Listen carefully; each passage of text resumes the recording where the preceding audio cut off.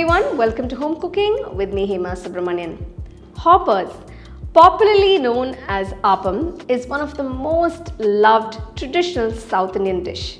These soft, fluffy, bowl-shaped delights with crispy edges are usually made from fermented rice and coconut batter. Today I am pairing these soft, fluffy appams with creamy and mild vegetable stew. So let's get started and check it out.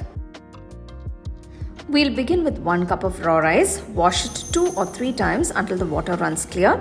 This helps to remove the excess starch and gives you lighter appams.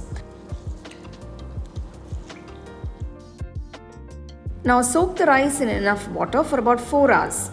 While the rice is soaking, let's get the next ingredient ready.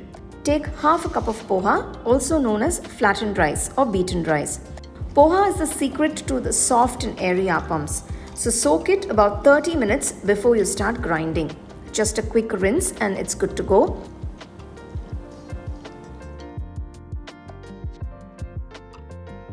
Once the rice has soaked well, drain the water and transfer it to a mixer jar. Add a little fresh water and start grinding until it's halfway done.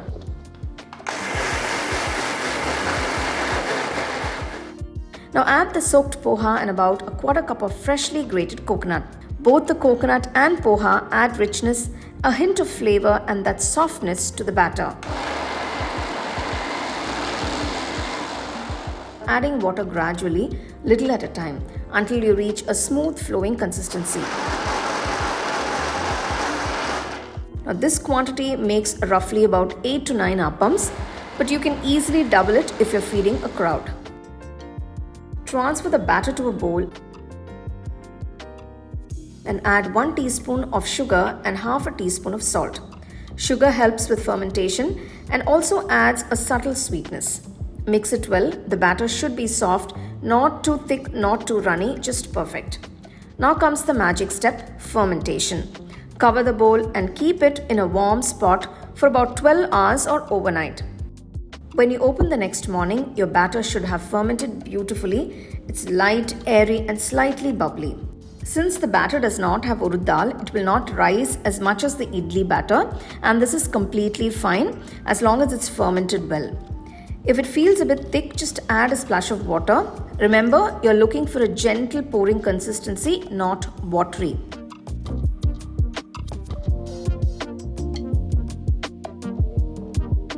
Now it's time to cook.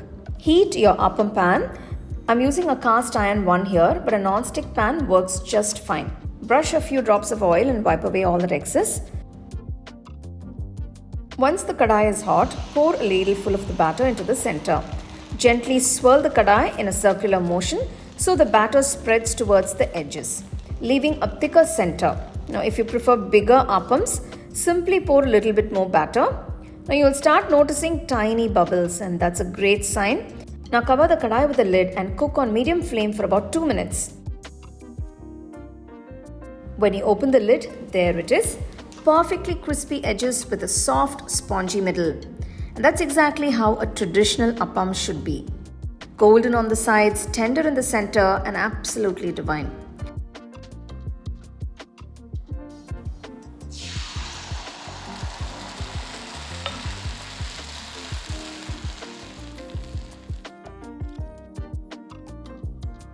Now today I'm pairing my appams with a flavorful vegetable stew, creamy, aromatic, and mildly spiced with coconut milk. This combination is truly a match made in heaven. The soft appams soak up that rich stew beautifully, giving you the perfect balance of flavor and texture in every bite. And that's it, our homemade appams are ready. Light, fragrant, and festival worthy every single time.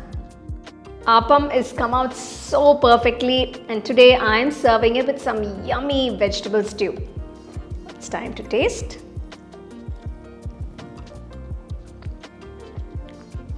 Wow, the flavors are incredible. Now this is a very classic combination, appam and stew. Of course you can enjoy it with any side dish. Well, it's definitely a treat for me because I love appams. I thoroughly enjoyed it, I'm sure you can tell. So make sure to follow all the steps and tips that I've given in the video to get this appam perfectly. It's a wonderful tiffin recipe that you can make for breakfast or dinner, and you can serve it with any side dish of your choice, veg or non-veg. So do give it a try, enjoy, and share it with your family and friends. Check out the product tags below if you'd like to shop the items I use in this video. For the detailed recipe, go to our HomeCookingShow.in website. The second edition of the home cooking book is now available on Amazon as well as on shop.homecookingshow.in.